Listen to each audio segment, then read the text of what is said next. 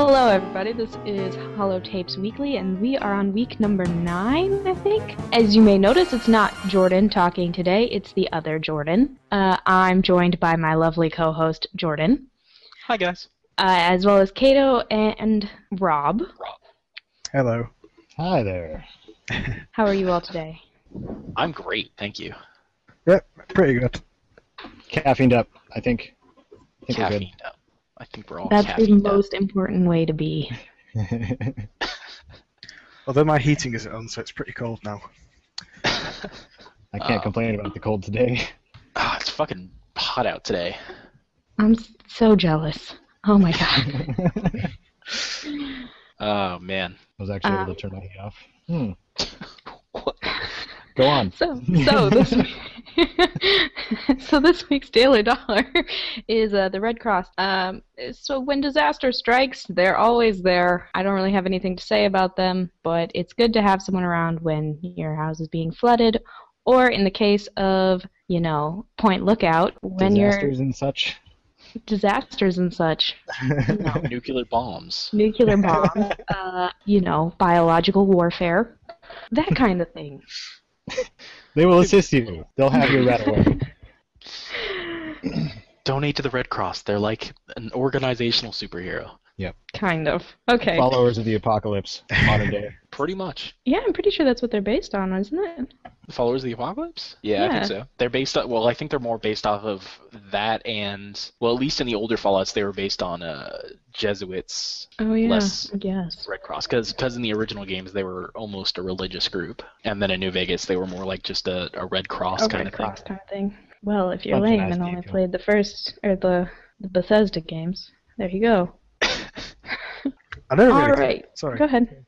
I never really bothered with them in Fallout 1. I never really got involved in their quest line or anything. Yeah. I didn't either. It's off the beaten path. Yeah, they were kind of tucked away in the middle of nowhere, weren't they? Yeah. All right. I had to find the water chip. I couldn't stop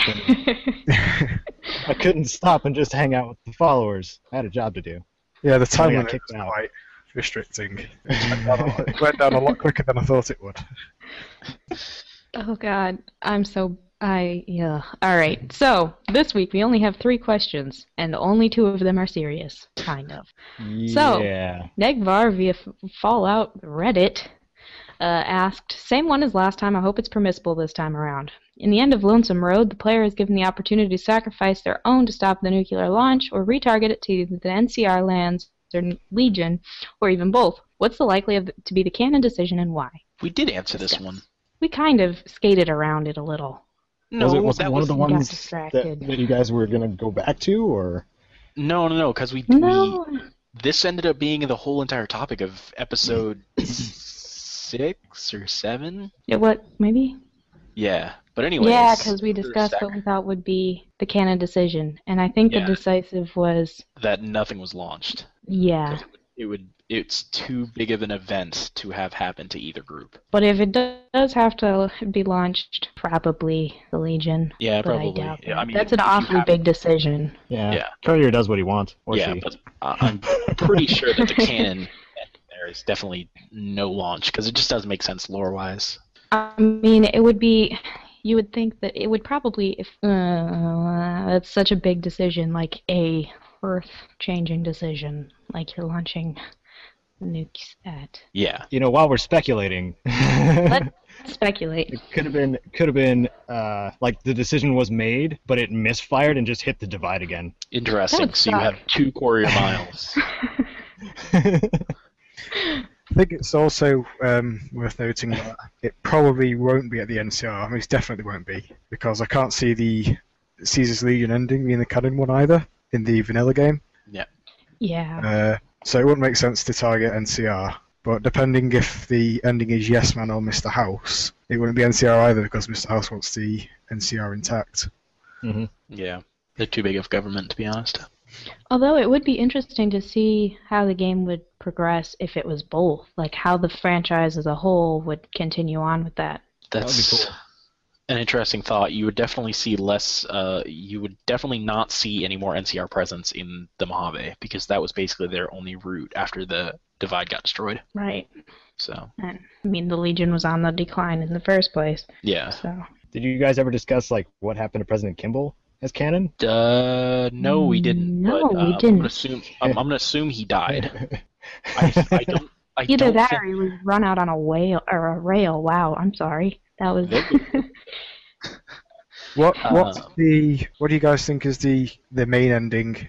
The ending in the main game, like Mr. House, Yes Man, or I think we did talk about this earlier, and the consensus that we came to I don't was remember what we decided it was. it was that Caesar's Legion was going to fall apart no matter what. Eventually, Mr. House is going to die because he only survives in one of the options for the game. So in 3 out of 4, he ends up dying. So he'll probably end up staying dead. And then it was probably that New Vegas either became a new state in the NCR, or it was probably I think that what the agreed thing was that it ended up being a part of the NCR either way, because even if it did go into independent, the NCR would eventually keep on pushing until it was a state. yeah. Yeah.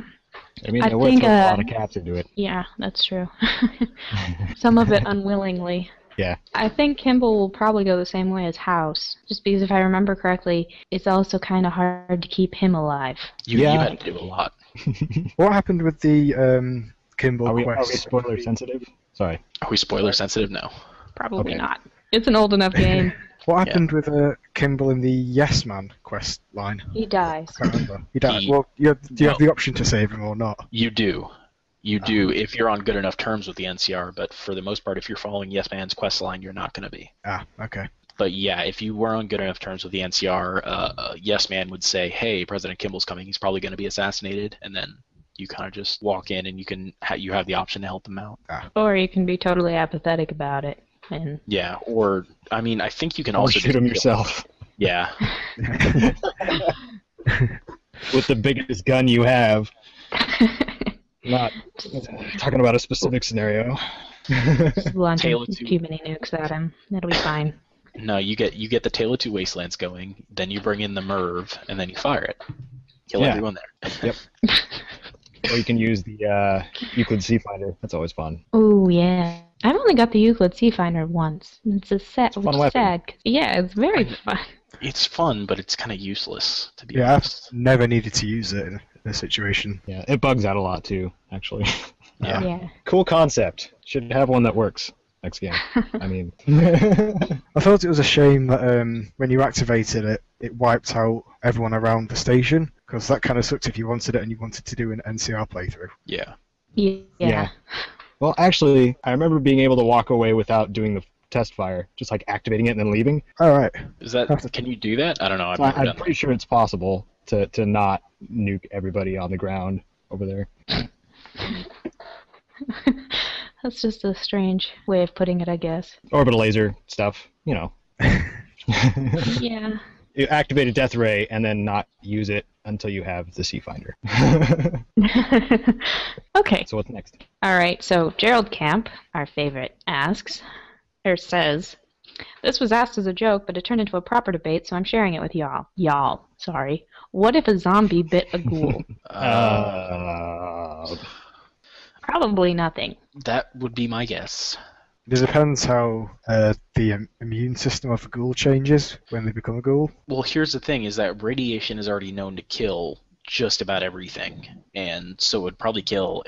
Assuming that that the zombie was caused by a virus or an infection of some kind, the radiation from a ghoul would probably kill it. On top of that, the FEV in the ghoul would probably also have some effect. Yeah, I got confused between the FEV and general radiation then. Well, there's still a debate going on within the lore of how exactly a ghoul becomes a ghoul. Yeah. Some people say that it's radiation only. Some people say that it's radiation and FEV. But there's I no think real all they said in consensus. Fallout 3 was that it was strictly radiation, but the previous ones had mentioned, you know, yeah, Scientifically Like- speaking.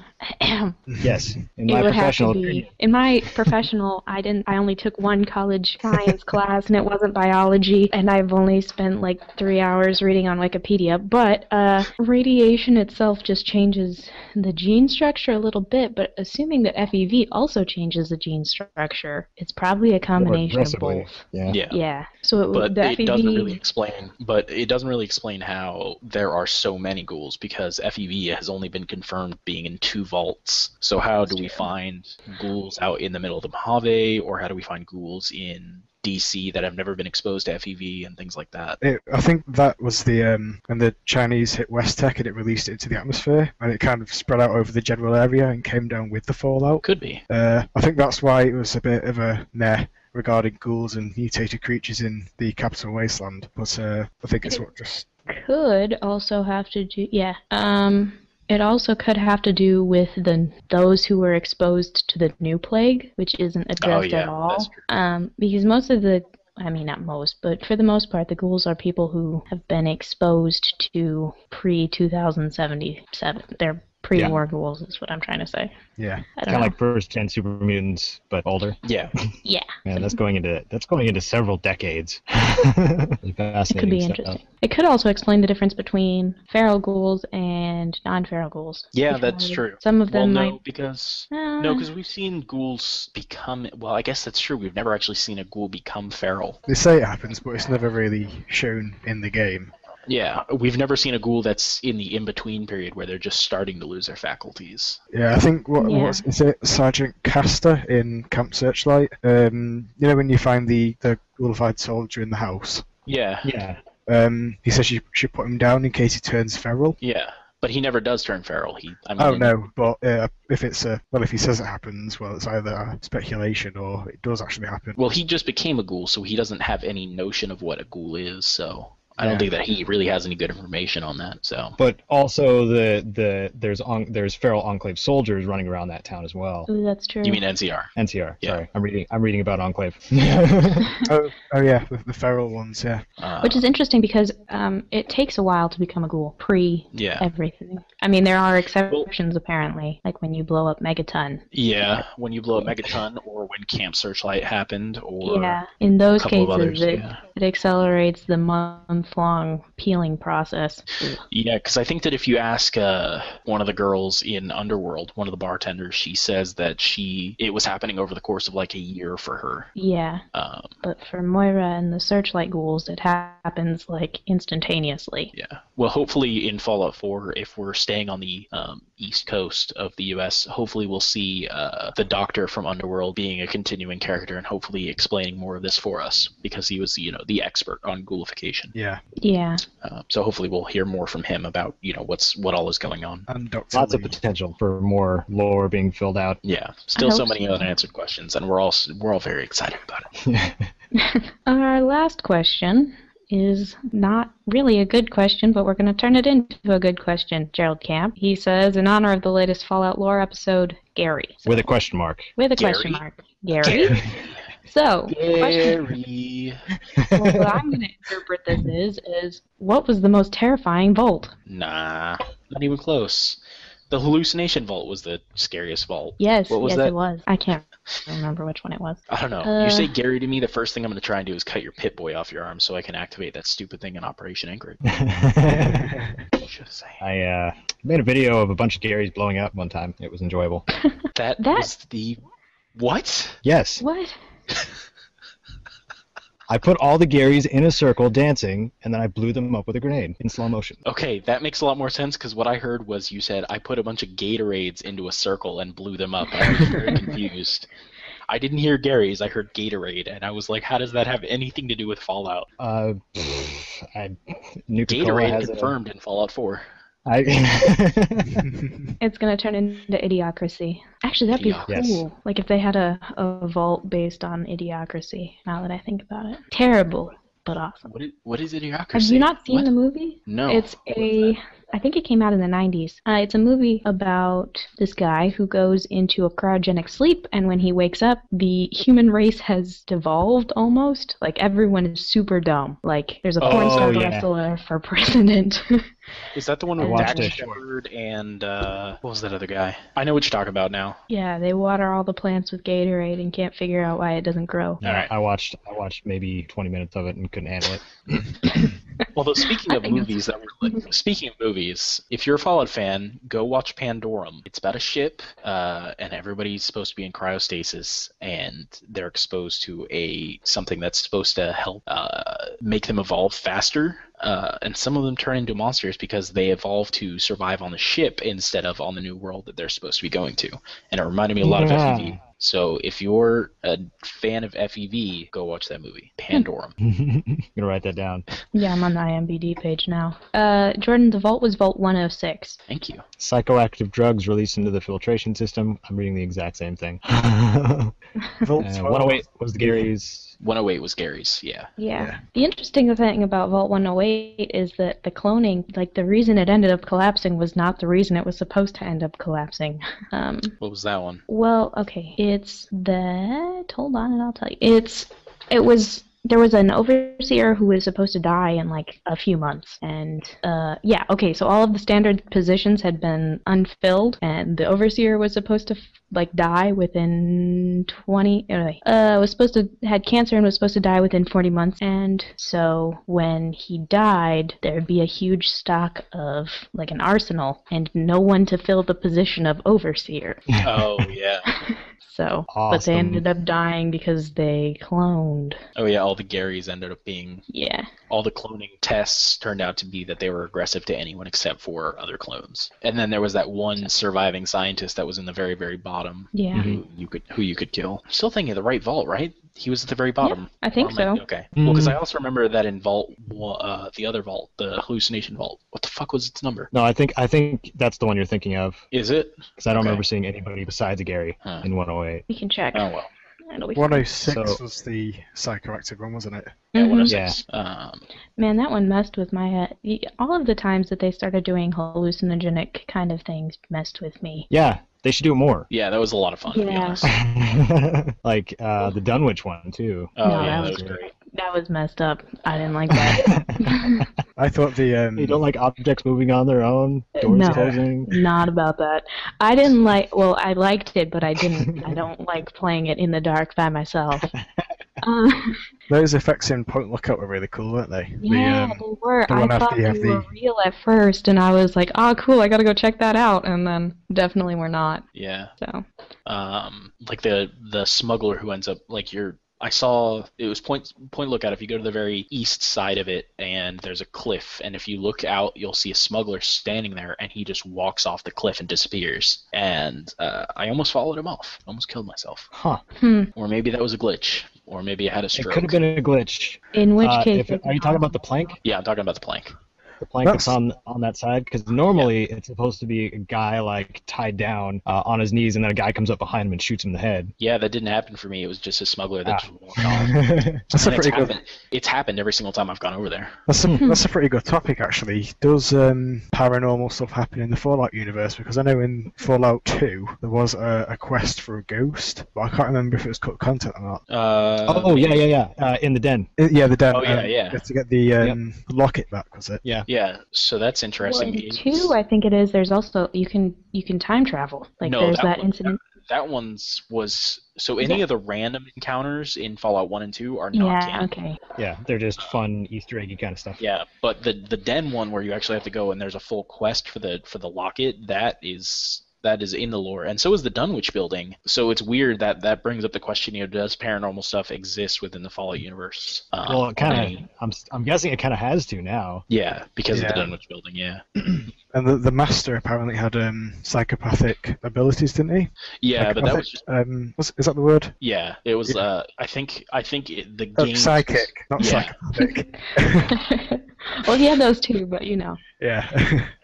Psychoactive, telepath, something. I mean, there definitely has to be paranormal activity involved. Yeah, it's got to be something, but maybe they'll explore that.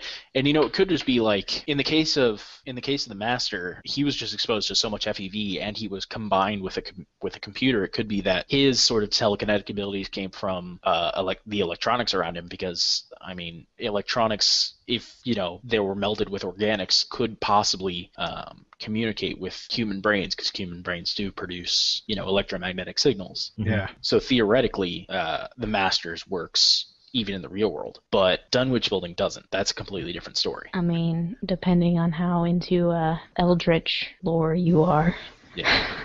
What about that kid? Is it the 188 trading post? Oh yeah, the psychic. The weather kid who has his Yep. helmet on. Oh yeah, another mention of psychicness, and everything he said came true, even though it was still very vague. Yeah. I was just kind of thinking a similar fusion to the Master was Harold fused to the tree. Yeah, but Harold can only communicate with the tree, not with. Yeah. It wasn't like he had psychic powers or anything. And Harold was completely just an FEV ghoul that had that also had an FEV plant on him, and then they just became symbiotic. Yeah, which was disappointing. Eh, But I mean, you know what happens, and hopefully his canon ending isn't that he dies, because Harold was such an awesome character. I have And that would I be have an so ongoing sad. rant Like, about Bethesda's use of Harold. What were you so sad about, Jordan? well, I'm just saying that would be really sad if that was the canon ending for him, because like if you convince him that it's worthwhile to stay alive after you prevent him from dying, he's like, oh yeah, it'll be fine. These people are fine. Everything's fine. But you can there's the hope that life will return to the capital wasteland. It would be think sad that's- if they just killed him. I think there's hope that life returns to the entire planet. Yeah. You know? Yeah, you gotta start small though. Harold turns into Jesus symbolism. Oh man. The savior of the wasteland, Harold. And Bob. Don't forget Bob. There's also the shaman in Fallout 2 who speaks to you through the dreams, but you can't really determine whether they're just the chosen ones dreaming or they're actual messages sent by the shaman. Harkonnen, yeah. Yeah. That's very true. Can I tell you, it's very enjoyable to have you two on who actually know your Fallout 1 and 2 lore, because most people don't anymore. I mean, I even have trouble with it. You're welcome, I suppose. I really, what got me into it in the first place was Fallout 2. Fallout 3 here. I didn't know it. I didn't even hear about it before. But how old are you up then? I'm 27. Oh, well, geez, I'm 20. Hey, there are 3 people in here who are 20. How exciting. Yay. We're all little kids. I don't know why that's relevant, but It's No, not. no, I was just asking because about playing the originals. Like, Fallout 3 was my first, so Yeah. Yeah. I was too young to play the other ones, yeah, obviously. it's basically that there are 2 generations for Fallout. It's people who got in Fallout 3 and people who got in Fallout 1. And there's not Right. really, you know. And then the very sad individuals who only got it on PlayStation 2. And it was like PlayStation 2 and Xbox, Brotherhood of Steel. Yeah. Yeah. Oh, man. Jesus Christ. Freaking recycled engines, I swear to God. I mean, that was just, honestly, that's not even a game. It was, No. you know what? I think Superman 64 was better. It's Ooh. But yeah, it was definitely not Interplay's best moment. No. So I was very disappointed because I had played a game similar just beforehand. What was it? It's the exact same engine. Wasteland. No. The Baldur's Gate, Dark Alliance. Oh, okay. Exact Okay. same engine. Yeah. Just painted brown, added guns. Yeah. Definitely an interesting contrast in the games, though. Same Yeah, engine, but very, very different feels. Did I partially stray from topic? I apologize. No, we're good. No, we're on we topic. talk topic all the time. It's fine. As long as it's Fallout, Pretty much. Pretty much. even Or the more can frowned upon. Vaguely related to Fallout. As long as we're not talking about Fallout 4 or things that don't pertain to the lore, we're good. Okay. Although we seem to get away from the lore quite often. We really do, There- and it's well, not go ahead. it's not exactly terrible. No, we have it's not, but- opinionated lore. We have opinionated lore. Let's see. Oh, well. Well, I got the list of vaults here. If we still wanted to continue. We can continue talking about the vault. What was it? Yeah. The worst vault? Yes, the worst vault. Well, here's Not the question. exactly the worst, but go ahead. Vault 12. Here's the thing: are we gonna we should decide what vaults are canon and which ones aren't, because you have to question: are the vaults mentioned in the Fallout Bible canon? Yes, these are the ones referenced directly either from New Vegas, Fallout 3, 1 and 2, and the Fallout Bible. Like that's the citation I on would it. say that the Fallout Bible is, as far as the vaults go, is canon. Well, I mean, Much Chris else on Avalon wrote it, didn't he? He Yeah. did, but that doesn't mean that it fits with the canon of the game, because even though, True. you know, and you know, there's also like the ones mentioned by Van Buren that, Yeah, I was about to say that. and then there were a couple of mentioned at Penny Arcade for a while back that aren't part of lore either. For example, Vault, I think it was 43, and Penny Arcade mentioned it was 20 men, 20 women, and 1 panther. Which I still think the people would win. Like, it only takes 1 sacrifice. Like, yeah, pretty much. You just have to get it distracted and then kill it. I mean, you could kill it with a knife. Especially if you got guns. Like, come unless on. Unless you're running the concept of a POV horror movie where everybody runs from everything. Yeah, that's true. I think it's safe to say it's in the walls.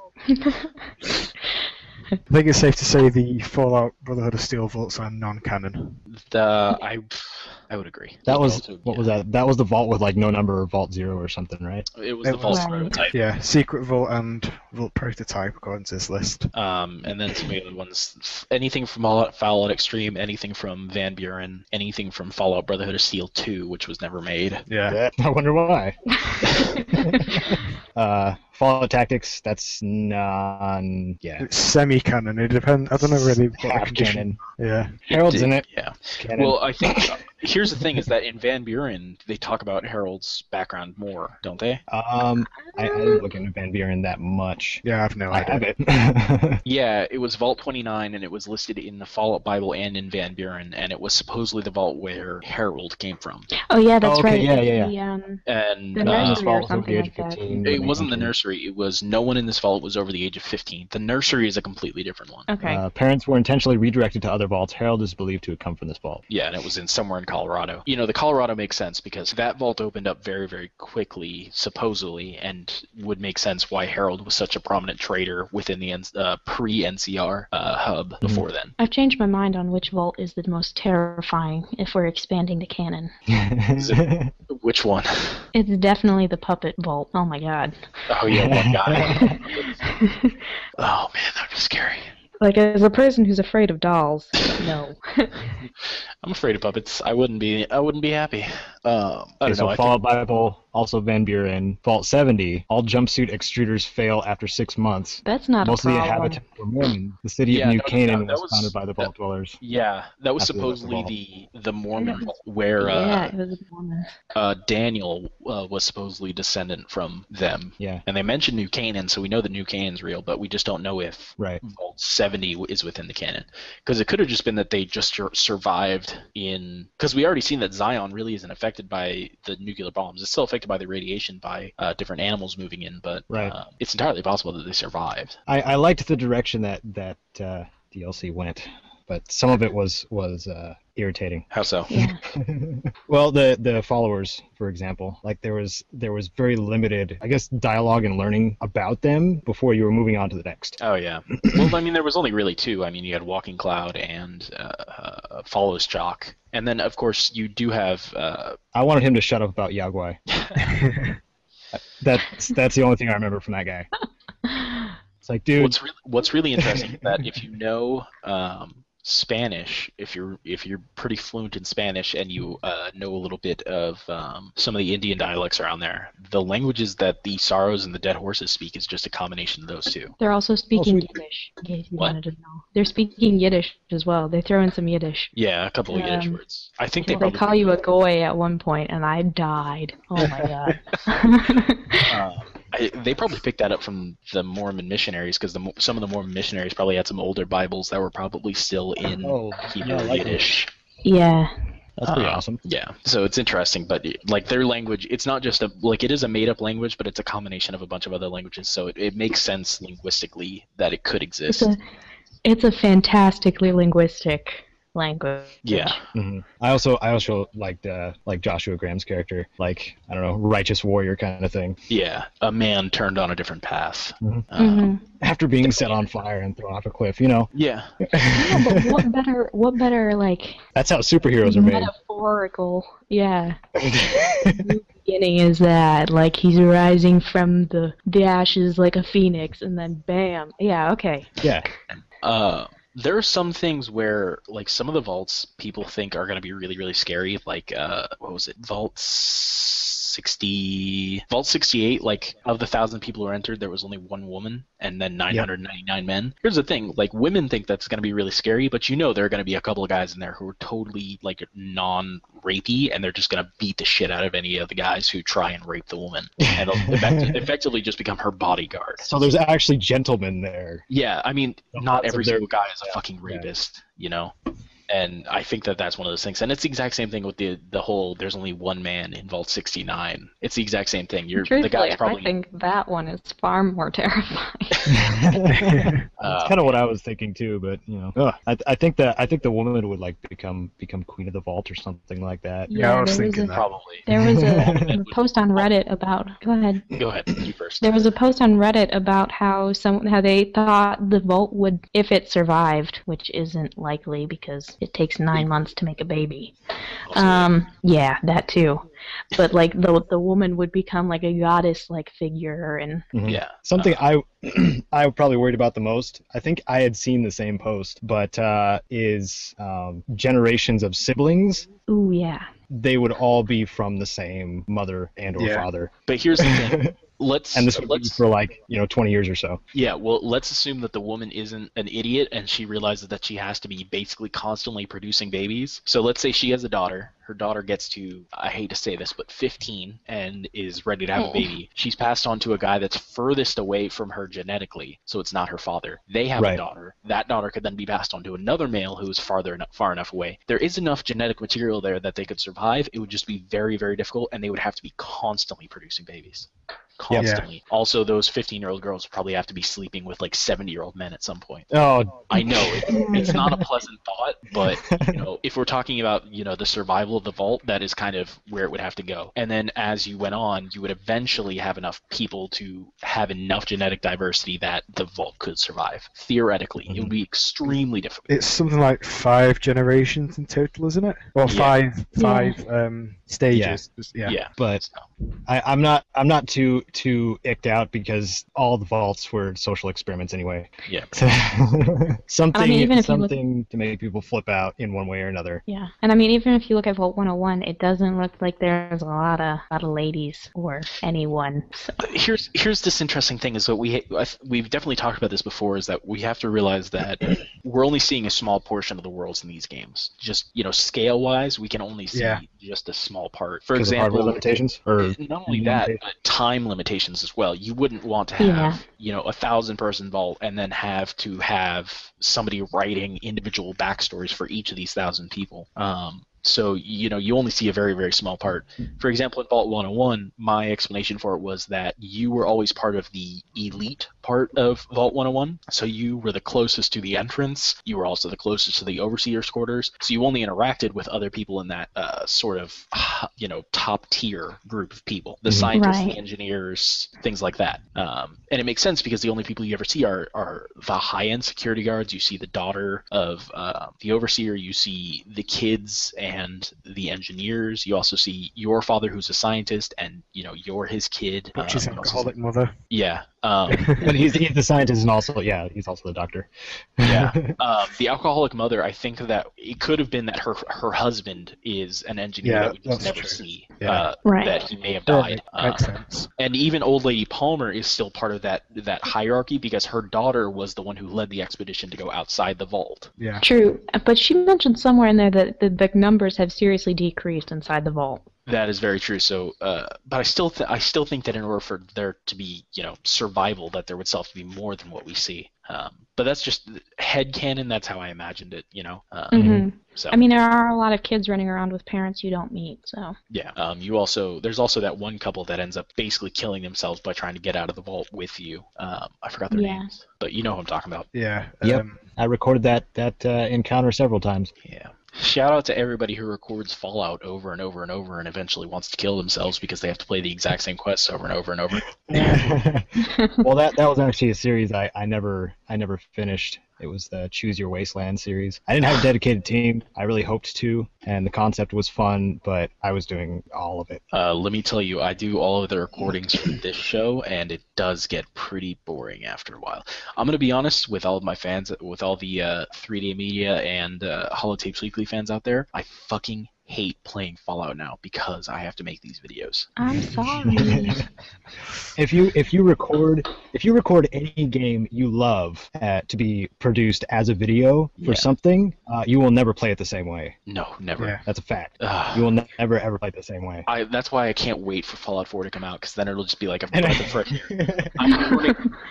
This is a warning to everyone right now that when Fallout 4 comes out, and Jordan, I think you'll agree with me on this, Holotapes Weekly will be evaporated for like 2 weeks. Definitely. I Yeah. don't Probably- blame you. Like, we're not going to be on Twitter, we're not going to be on Facebook, we're not going to be on Reddit, we're just going to be gone.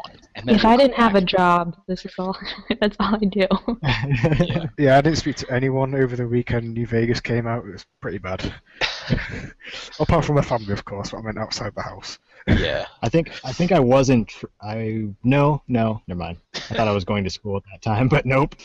Yeah. I was just doing nothing with my time.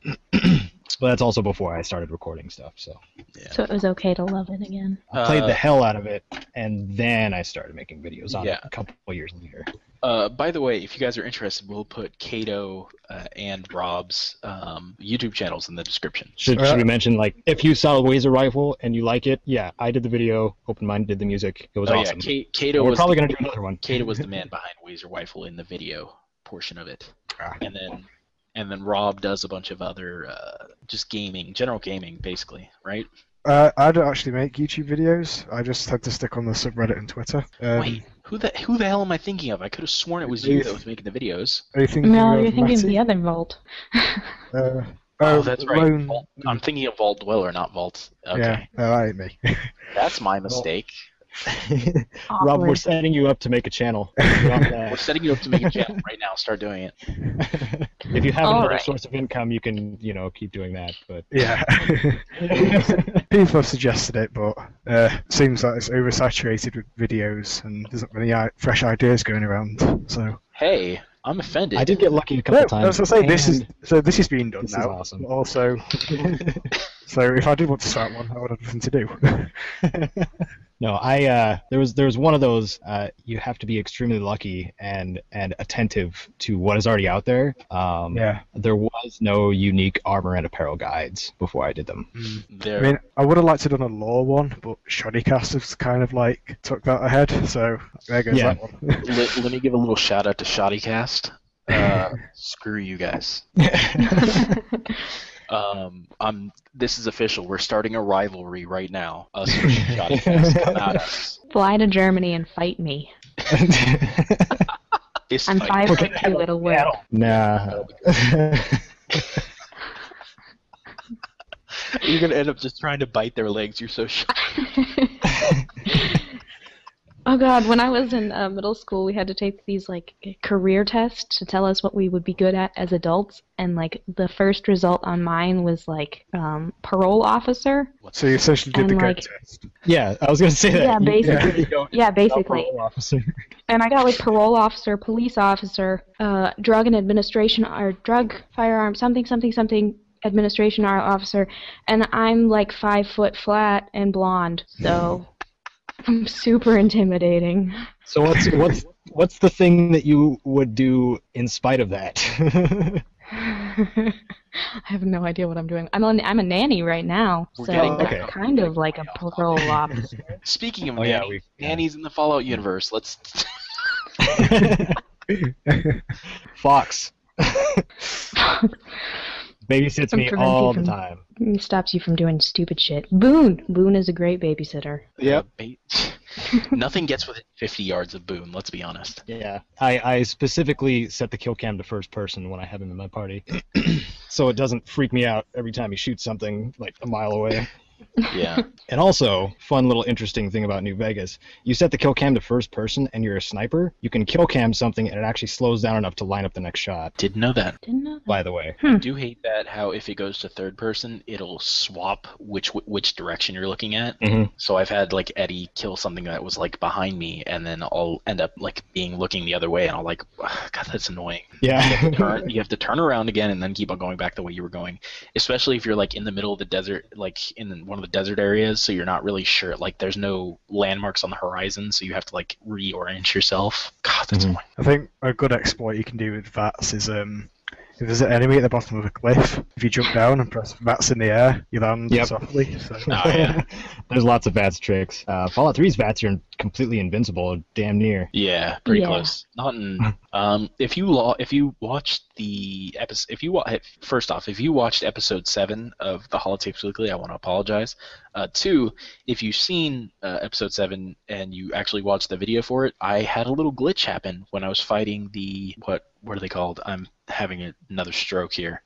Caesar's Legion at Nelson, and I used VATS on one of them, and the game glitched out, so that way my guy just kind of sat there and they just beat the. Oh yeah. I saw Yeah. that. Yep.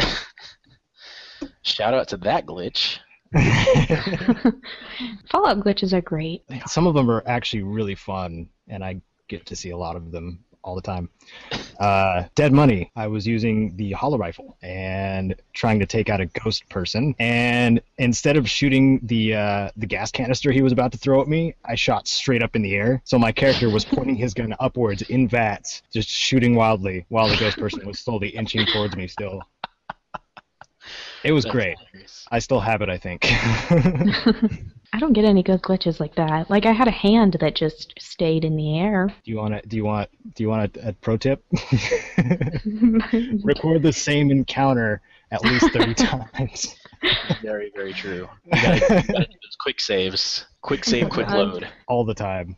I don't think until you actually do it, some people just don't understand how much work goes into one single shot. Oh, it does. It's Or how much time. I wouldn't say work because you're like, especially like so I make the videos for this, and I'm gonna say it's not as much work because I'm just recording one basically block of video, and I don't normally cut much out of it. But the thing is that I have to set up, so I have to go and play through enough of the game that I'm set up to do this thing.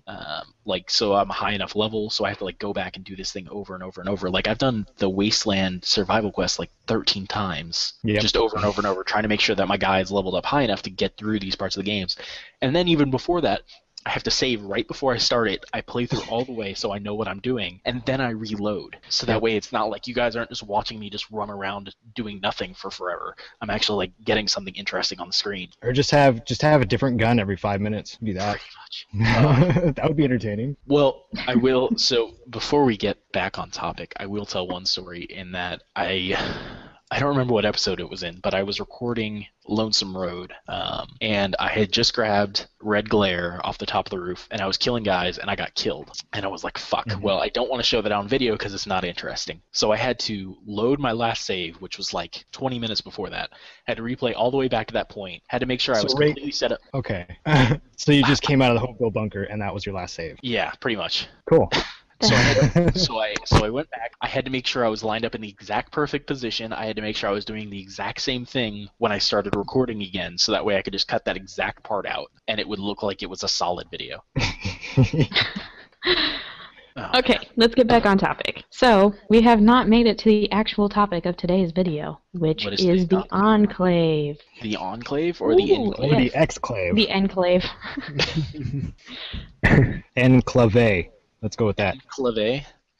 Yeah. This is your president, John Henry Eden. So we start with the Enclave. We should give a description. For those of you who are having a blonde moment and don't know what the Enclave is, give us a description, Jordan. The Enclave... That was the worst setup. That was so terrible. Why would you do that? Alright, the Enclave is the post-war, quote-unquote, descendant of the U.S. government. The And spiritual successor. They're about as effective as the actual U.S. government. You know what? I might actually say that they're more effective. They probably They are. actually press the red button all the time.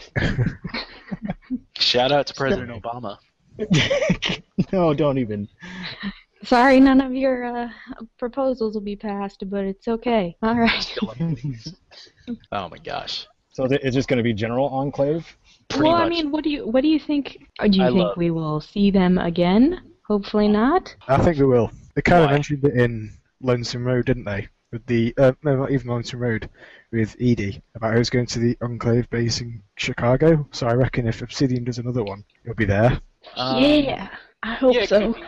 Here's the thing, is that we're not going to see any of the Enclave that we're used to. It'll probably be a part of the Enclave that has been cut off for a while. It'll Yeah. be And like the hopefully- remnants. Yeah, hopefully we'll Oh, see I missed the more- remnants. Yeah, well, here's the thing. Hopefully we'll see more something along the lines of Remnants where they're actually, like, not assholes. Yeah. Yeah, because Arcade's a cutie. Like, Arcade is my spirit animal. Well, it's same with like most of all of the remnants in Fallout New Vegas. Like they were all like completely battle hardened badasses, but they still had personalities. Yeah, and not only that, but they weren't like the regular Enclave. Like, they were, like, decent people. And most of the Enclave, I think, that we've seen has been, like, led by, like, John Henry Eaton, where he was just a complete asshole. Or like, the Frank Horrigan version and the, Navarro version of the Enclave, where they were also assholes. Mhm. And then again, we have the people who created Ed E, who seemed like really nice people, just led by assholes. Always. Always led by assholes. Yeah. I have a theory that let's go back and compare it to the actual, maybe not really actual U.S. government, but the people at the top are assholes, and the people who work for them are like, fuck my life, fuck my life, but we'll continue working. It's better than dying. I think Yeah. that's a good observation for most of humanity. Like, if you take individual people are smart. I'm smart, you're smart. We get into a group, we're fucking stupid. Yeah. That Jordan's makes sense. over here wanting anarchy. That's not what I'm saying. But I mean, yeah, it's pretty much. And I think that Arcade is where Obsidian was trying to bring Enclave back to a more Human like what level? yeah, more like a realistic level, because just having them as just a plain out bad guy doesn't make any sense. I think that gamers have grown out of the idea of just having a plain good versus evil kind of thing. We want gray areas, and I think that now that we've seen Arcade and the Remnants come out as these sort of just good people who are just part of a bad organization, hopefully that gray area will continue on. And it's so bad that they hardly talked about it. Daisy's like, I was a pilot. I crashed in Klamath once. Pretty much. NBD.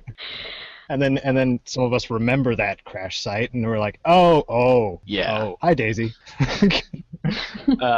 It was interesting. Here's my thing. I was surprised that none of the remnants were ghouls. It blew my mind. These guys were in Navarro, and the part that got nuked was the oil platform. Yeah, but you would think that, we see. I think that it brought up the question for me: what percentage of the population is ghouls, and how often does it still happen that people are ghoulified? Yeah, because even Three Dog warns against it. So. Yeah, and here's the thing. So my thought process has always been on ghouls. 1 in 10 people are ghouls, whether that be feral or regular. So it blew my mind that at least one of the Enclave of the remnants was not a ghoul. I thought that maybe as they traveled across the country, I guess not really cross country, but from California to the Mojave, one of them might have run into something that would have ghoulified them. Yeah. I think that we need better information on that. Get on it, Bethesda. But they also had advanced power armor Mark II, which that's true. protected them. But then again, you wouldn't want to wear that as you're walking through NCR territory to get to the Mojave. That's true, I suppose. Maybe they flew. Actually, they didn't they? Because they had the vertibirds in the hangar, in their bunker. Oh, yeah, that's true. Yeah. So maybe they did. Maybe they're just like, okay, well, Navarro's screwed. See you guys. Could be. To point to when you destroy Raven Rock, you see vertibirds flying away from there. Oh, I just forgot about Broken Steel. Never mind. They probably went to Adams Air Force Base, didn't they? Yeah. Never mind.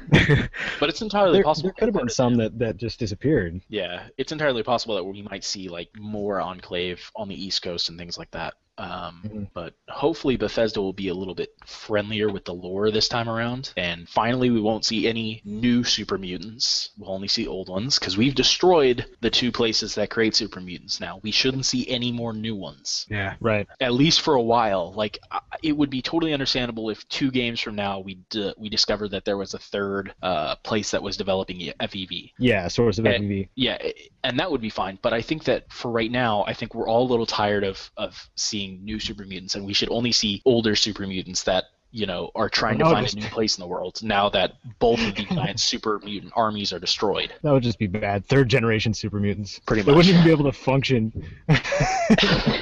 Oh, They just man. be like, oh, human, and then die.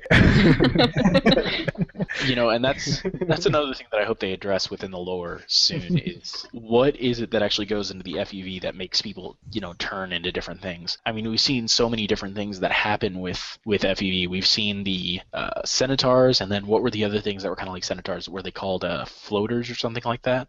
Yeah. Floaters. Yeah. And then we've also seen super mutants, and then we've also seen the master who turned into just a blob that could absorb people. We've also seen Were the Wanamingos considered FEV things or just radiation? No, they were just radiation. And then I think at one point there was a joke that they were aliens. They were called aliens in Random Encounters. Yeah. And then I think that the other thing was that the other one that I was going to point out was we've also seen things like Harold, where Harold turned into a ghoul after being exposed to FEV instead of turning into a super. Yeah. So it's hopefully we'll get more information about how. As Chris Avalone says, special. Harold is special. Frank Corrigan was a more refined version of FEV, wasn't he? He was like the Darth Vader of FEV. Yeah, he was like it was like steroids and FEV and all sorts of other stuff. And his battle taunt, one of them was time to die mutie, and he's clearly not just human. But that, I think, wasn't that the drive of the president Johnson? John Henry Eden. No, the Richardson. Yeah, Richardson also wanted to use pure strain humans. Yeah, for pure everything. strain. But so did John Henry Eden. Yeah. Fallout 3's general storyline was like a perfect mix of Fallout 1 and 2's, just with different role changes, because in Fallout 1 you leave the vault to go find the water chip, and in Fallout 3 you leave to go find your dad. And then... I am so glad you joined this. You have like... Why? Because you're actually like speaking something I had actually talked about a few days ago. It's like a lot of it is actually reused material that was already good for a new generation of gamers. Yeah. To get into the Fallout series. But... what else is it? Still a lore killer to have the Enclave, the Brotherhood of Steel, and Super Mutants all on the that's what I'm saying. It's like a perfect mix of them all. So they just threw everything in. What else was there? The Gek. The Gek, big one. Yep. I still can't get over the fact that the Gek is... I have the German dub of Fallout 3, but it's obviously not called a Gek in German. It's a geek. So. It's literally just some nerdy kid, and he knows everything. He just sits about around. Yeah, he just sits around. He's like in cryostasis. You have to wake him up, and he'll teach you all you need to know about farming so you can fix the world. And he conveniently fits in a briefcase. Yes, exactly. Yeah. You just stuff him in there. It'll be okay. He'll step out and be like, Wasteland. This sucks. Oh my god. That's funny. But I don't know. I think that there's still... here's the thing. I want Fallout 4 so bad. That's all I'm saying. Yeah. You tell us to not mention it, and then you said it like 5 times. I think... Here's the thing, is that we try not to talk about it, but it comes up anyways. I haven't said it once. I reckon Bethesda were playing it safe with Fallout 3. They've just used material that they know existed already and put it all together, which didn't turn out very well, but they still did it. But Broken Steel was pretty good, so with Fallout 4, they should know what they're doing. Yeah. Well, here's the thing. Bethesda should have done more research on the lore. It doesn't make sense to have the Enclave, the Brotherhood of Steel, Super Mutants, and Harold all on the East Coast all of a sudden. Yeah, they just kind of shoehorned it in for, I mean, they all could have carpooled. Like, that's a... Look, the Enclave makes sense. They have vertibirds. It wouldn't have taken them long to get over there. The Brotherhood of Steel makes less sense, but they still could have gotten over there. Harold doesn't make any sense. No, but... Super Mutants doesn't make any sense. Well, see, with the Super Mutants, I kind of think does make sense because they were testing a different strain, and it obviously makes sense to keep it away from the other one. That is true. And putting it in a vault would mean the research could continue after the event of a war. So, also having it in a vault means you only have the prime normal population to test it on. You don't have. Oh, that's true. You won't have like irradiated people or anything. Yeah, which they probably figured into. I mean, which doesn't make sense why super mutants in that vault were really dumb, considering prime normals are the intelligent ones. But some of the Master's army was pretty stupid too. Yeah, that's why he wanted Vault 13, because it had the pure strain humans. Yeah. So it doesn't make sense why the Vault 87 ones were stupid. Well, I think that the best examples of smart super mutants are we have Marcus, obviously, And then what's her name? The companion Lily? from New Vegas, Lily Lily. Rowland. Yeah. And then also Tabitha Mm. and Fox. And Lou. Fox was a different kind of situation though. Fox was the other strain, and his was extremely Yeah. rare. Yeah, Like his was he weak. was stuck in a room with a terminal that he just like there was nothing else to do. Yeah, well, not only that, but Fox was still, like, he kept his human mind. It was only his body that changed.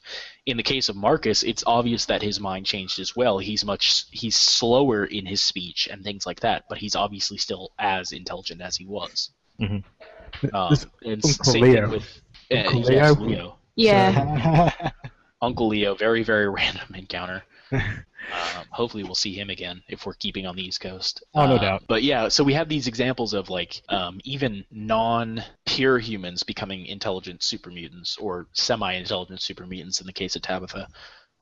You know, and it'll be interesting. It would be very, very interesting to see the numbers on that. You know, how many stupid super mutants come out, or how many smart super mutants come out of every 100. You know, just the ratio in general. yeah, I think that'd be an interesting thing, and you know, maybe one day we'll see, you know, somebody will try and kidnap somebody like Fox, where it's a super mutant that was made out of a very intelligent man or woman, and so some group tries to kidnap him and exploit them for their intelligence and their strength. Mm-hmm. It'd be very interesting to see. Oh, that's pretty cool. I'm not keen on the android thing. I don't like it. Why?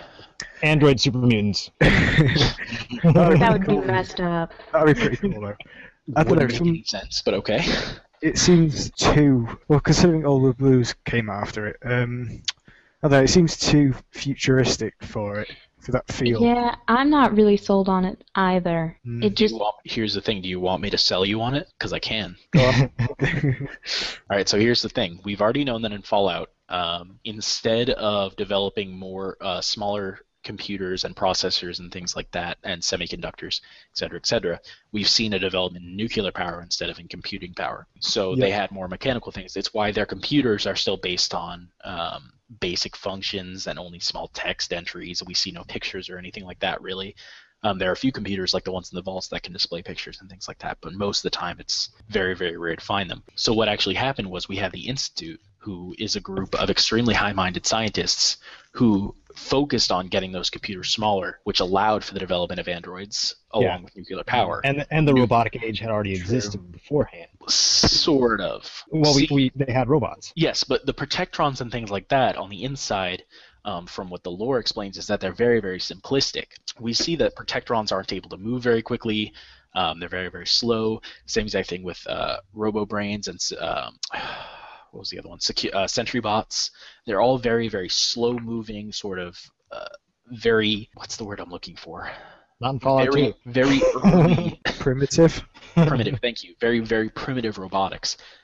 Androids are extremely advanced. So if let's say the Institute took a sentry bot or a protectron and used all of their combined knowledge to make computer parts that were smaller and more advanced, it wouldn't be that far-fetched for them to have sat in the Institute for 200 years developing this. Yeah, true. Yeah, that makes sense. Have any of you gotten to play through Wasteland 2 yet? No. no. There's an entire faction of synthetics that's actually somewhat believable in it. Mm-hmm. It's pretty awesome. You should play it. I don't know. I don't think that androids fit. Not androids. I don't think that an entire game centered around robotics would be. Makes sense. In It a wouldn't fit post-apocalyptic with setting. it wouldn't fit with the lore, I disagree with you. and not exactly the lore, but even like the feel of the game. But does it? I mean, in Fallout, we've always been shown that these are very big moral decisions, and it would make sense, you know, what android slavery, what counts as slavery, you know, how intelligent does something have to be before it is considered a sentient being and has to have its freedoms? And that's sort of where the Institute is going to be coming from, is that these are synthetic beings, you know, we need them for farming or whatever, and then the Railroad is saying, well, they are synthetic beings, but they're sentient beings, and they should be allowed to have freedom. Yeah,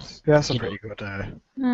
Yeah, you have good points, but I'm still not. I'm not up for it. But again, we have no idea. Even though we think this is what the speculation is for Fallout 4, we don't know it for sure. But we're going to get back on the topic of the Enclave, because we're again getting into Fallout 4.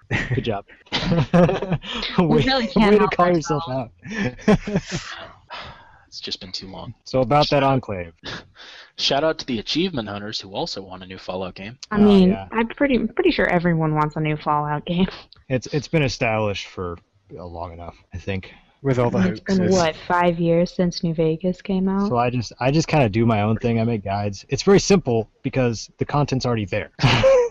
There's nothing coming out, pretty much. I just got to look at the wiki and be like, okay, I'm going to list off blah, blah, blah Yeah. in an easy to understand format. And then people are going to be like, Kato, you missed this. And I'll be like, no. There's nothing to miss. It's all there in one place. That's usually how it works, how it's supposed to work. All right, so that is all the time we have left for today. Thank you so much to Kato and Rob for joining us. Don't forget to do your daily dollar, which this week is weekly dollar. Daily dollar sounds better, but whatever. Thank you, Kato. Thank you, Rob. Thank you, Jordan. Thank you. Everybody have a wonderful week and prayers for Fallout 4. Thank you. It was good to be on, finally. Yeah. After 2 weeks of delays. It's quite enjoyable.